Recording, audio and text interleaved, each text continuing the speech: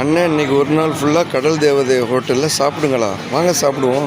Mallipattinam to சத்திரத்தில் இருக்கக்கூடிய இந்த கடல் தேவதை ஹோட்டலில் தாங்க நம்ம சாப்பிட போகிறோம். வாங்க போய் பார்ப்போம். உள்ள சூப்பராக இருக்கும்.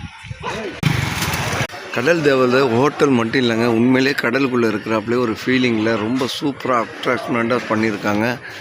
இந்த ஹோட்டல் உள்ளே வாங்க போய் பார்ப்போம். இது வெளி தோற்றம் ரொம்ப சூப்பராக பண்ணியிருக்காங்க. ஃபிஷ்ஷெலாம் இருக்கிற மாதிரி, கடலுக்குள்ளே இருக்கிற மாதிரி. இங்கே பாருங்கள், டெக்கரேட்லாம் எப்படி பண்ணியிருக்காங்க, செம்மையாக இருக்குது கேஸ்.